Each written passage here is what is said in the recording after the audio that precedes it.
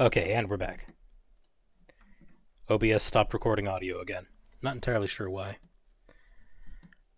Anyway, the only angle whose sine is 0 and which is in this range is 0. So that is our conclusion. It's worth remembering this, by the way.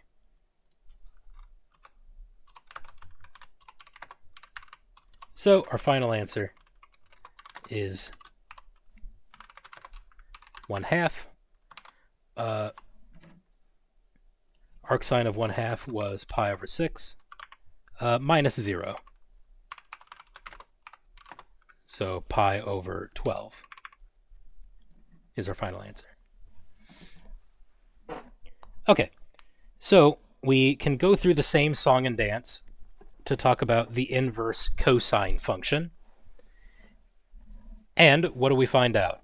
Well, we can find out that the inverse cosine has as its range, or as its domain, -1 to 1, and its range 0 to pi. Because in order to make cosine a 1-to-1 function, we restrict its domain to be 0 to pi.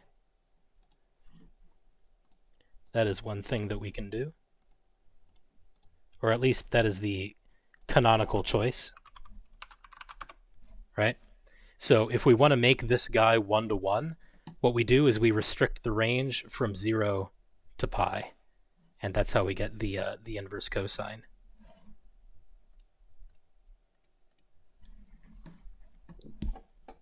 So that means that the range of the inverse cosine is 0 to pi. But aside from that, we have the same identities. And amazingly, the rule for differentiation is also almost exactly the same. It's just there's a minus sign in front of all of it now. For the inverse tangent function, we go through the same song and dance. So in this case, how are we going to choose to restrict the domain? Well, if we want to make this into a 1-to-1 function, it sure seems like a good idea to just focus on this one big strip and then cut out all the others. Well, indeed, that's what we do. So this strip goes from -pi/2 to +pi/2. So that is how we restrict the domain. And consequently, that becomes the range of the new arctangent function. Again, we have the same sort of identities which accompany all inverse relations. Now, one thing which is unique about the arctangent function as opposed to the other ones is that the domain of the arctangent function is all real numbers. Contrast with the domain of the other arc functions, which for arc cosine, it's only defined for -1 to 1. For arcsine, it's only defined for -1 to 1. But for arctangent, because the tangent function has all real numbers as its range, that means the inverse tangent function is going to have all real numbers as its domain, even despite the restriction. So that means we can ask questions like, what is the limit as x goes to infinity, and actually have that be a well-defined answer. And as it happens, it is pi/2 and -pi/2. It is exactly the locations of the vertical asymptotes in the tangent function, just rotated 90 degrees. Right? So when you're looking at the tangent function, it has vertical asymptotes at...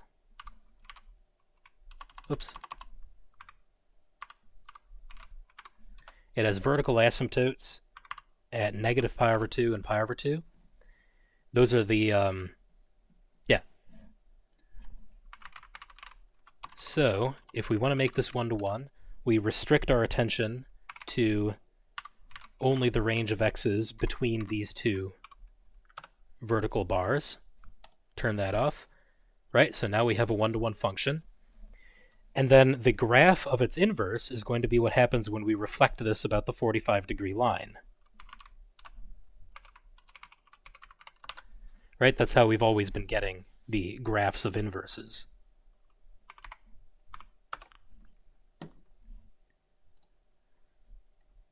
So there we go.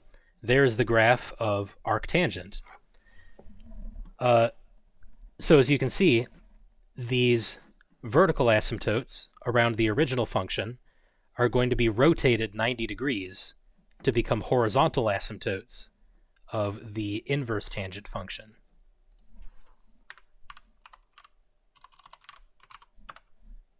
So at y equals pi over 2 and y equals negative pi over 2.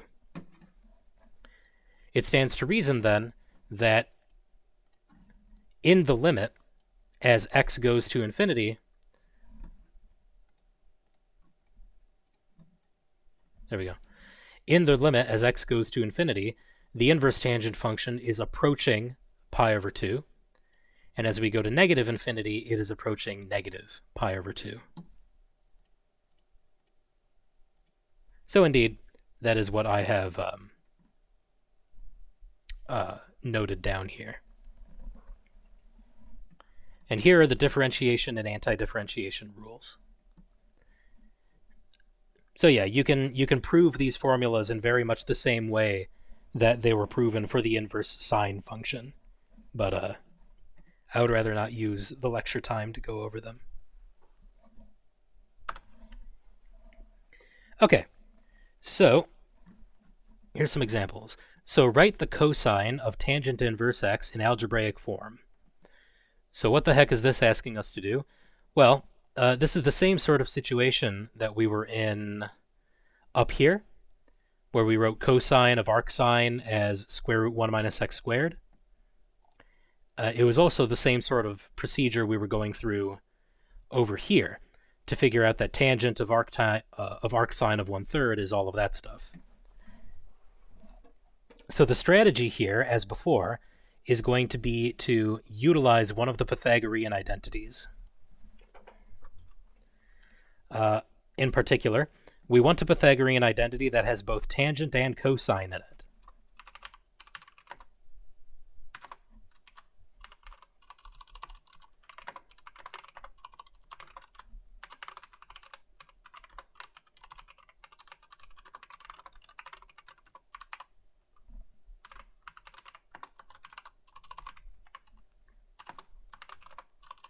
So the only identity with both tangent and cosine in it is, well, let's see. It's not this one, it's this one. Because here's the tangent, and here's the cosine. Because remember, secant is 1 over cosine.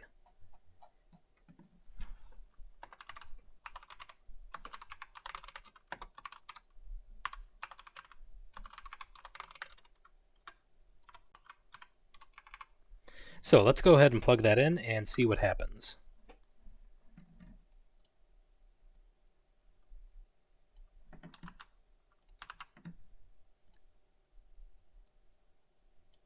Yeah.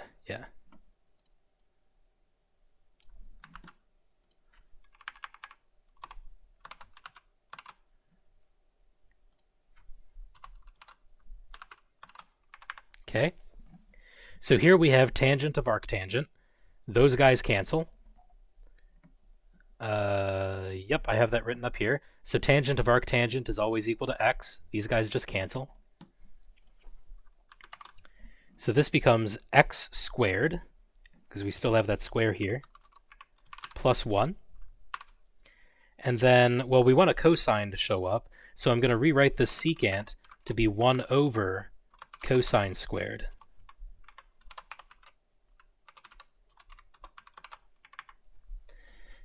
So now all we need to do is solve for cosine of arctangent.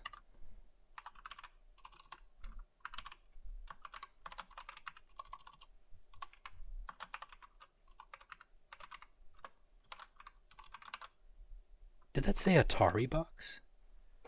Atari box? What is that? Wow. I had no idea.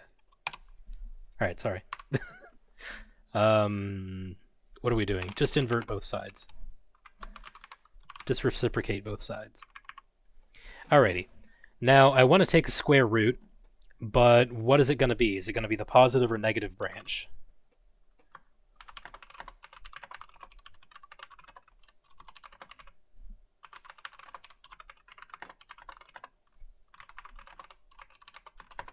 Well, let's see. So arctangent always outputs between negative pi over 2 and pi over 2. So what we're doing is we are taking, basically we're just asking whether this guy is going to be positive or negative. So arctangent x, this is an angle between negative pi over 2 and pi over 2, and then we're taking the cosine of it.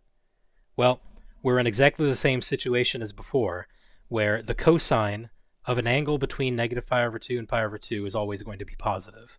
So we take the positive square root. So since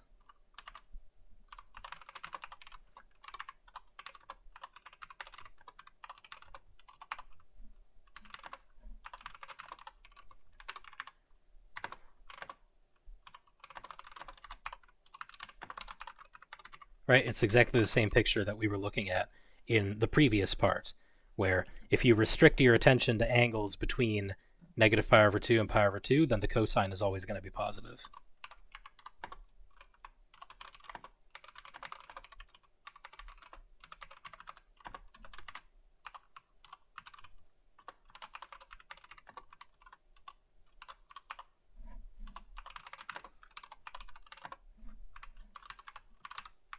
And there we go. So that's it.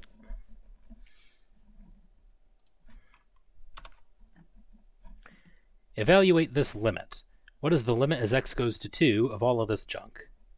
As x goes to 2 from the right. Well, let's see. As x goes to 2 from the right, x minus 2 is going to 0, but it's always going to be positive.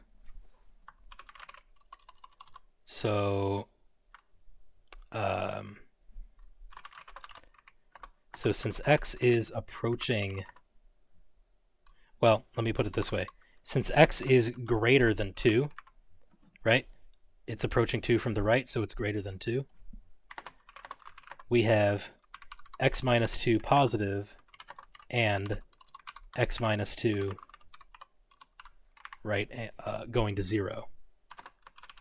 So that means 1 over x minus 2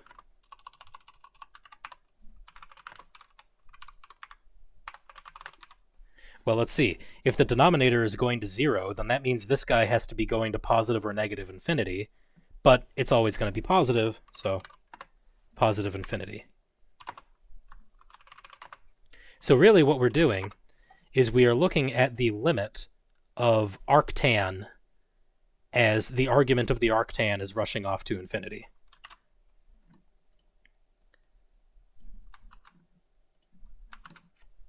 So this is equal to the limit as let me just put it this way. Right? That's a lazy way of writing it. So what is the arctan at positive infinity? Well, it's pi over 2.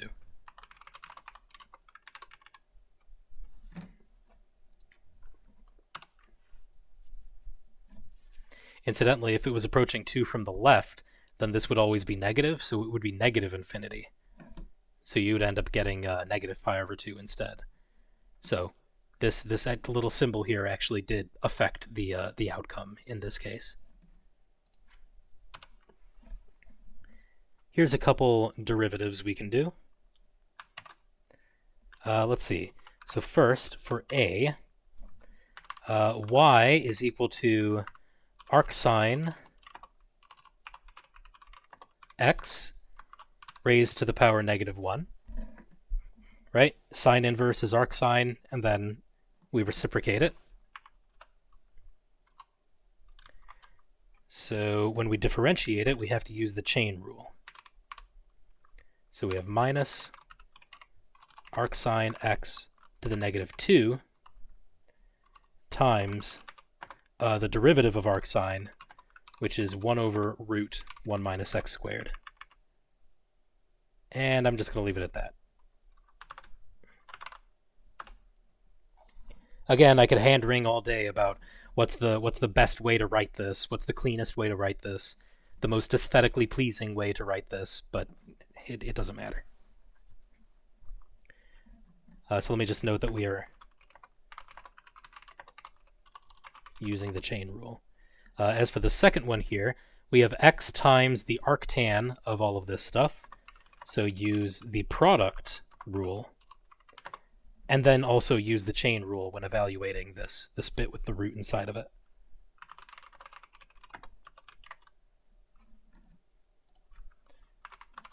So let's see.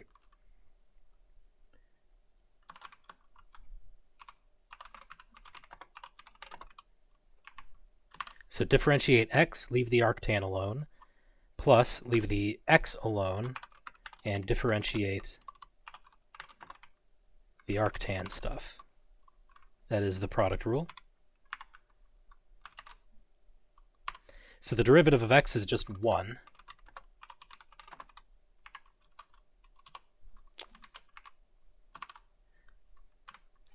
Now as for this guy, the derivative of arctan is 1 over 1 plus stuff squared. So in this case, the stuff is square root x. But then by the chain rule, we have to multiply that by the derivative of square root x, which is 1 over 2 root x. Again, by the power rule, because this is x to the power 1/2. Now this one is remarkably ugly. I actually want to clean this up a bit. Because I can take this x and move it on the top. The square root x squared just becomes x. And then that is all multiplied by 2 root x. And if you want to get really pedantic, x over square root x. So here we have x to the power 1, x to the 1/2. So those powers are going to subtract. So 1 minus 1/2 is 1/2. So there we go. So that is a bit better looking, I think. Yeah.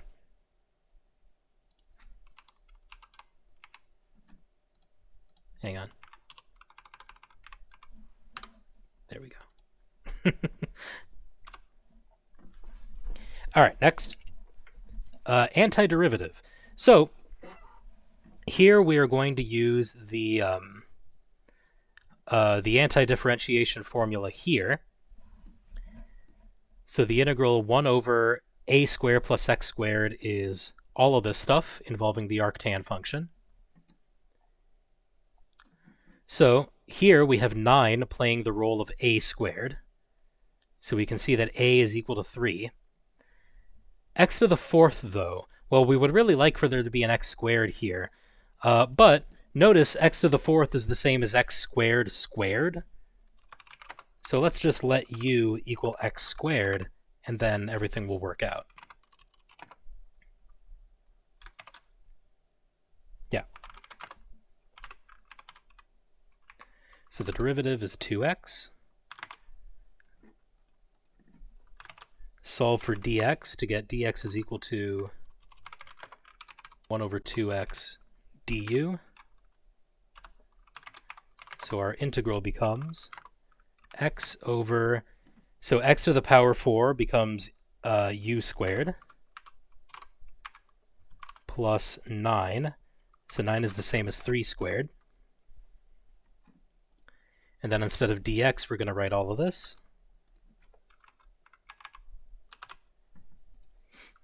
So this x and this x cancel. We have a 1/2 that we can bring out front.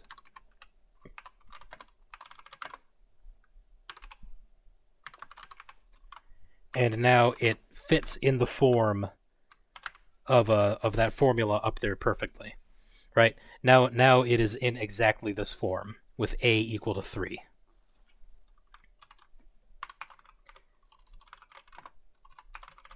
And a 1/2 hanging out in front of it. So let's see. So this is 1 over 3 arctan u over 3.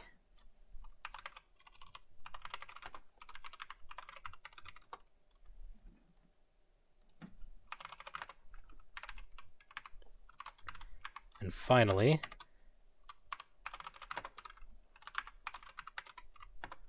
let us replace u with what it originally was, which was x squared. Okie dokie. So that's that. Okay, so main takeaways again. Well, there's a few of them. This is I think a bit more of a substantial section than the stuff that we were doing with exponentials and logarithms. Because now, when you're doing integrals, you have to be on the lookout for a couple common forms. So if you see something that looks like this, with these telltale squares in the bottom, that should make you think about arctangents. So like here, we have two clear squares in the bottom being added. That should immediately make you think of arctangents and, substitutions that you can do to make this formula become applicable. Similarly, when you see something like this, so big square root minus x squared in the denominator, that should make you start thinking about arcsines. And, maybe there's a substitution you can do that'll get things into this form. So this and this are now two forms of integrals that you're absolutely going to have to be on the lookout for. When it comes to things like this, so simplifying expressions of this type, I get that it's a little bit strange, but ultimately we're just taking advantage of the Pythagorean identities. So,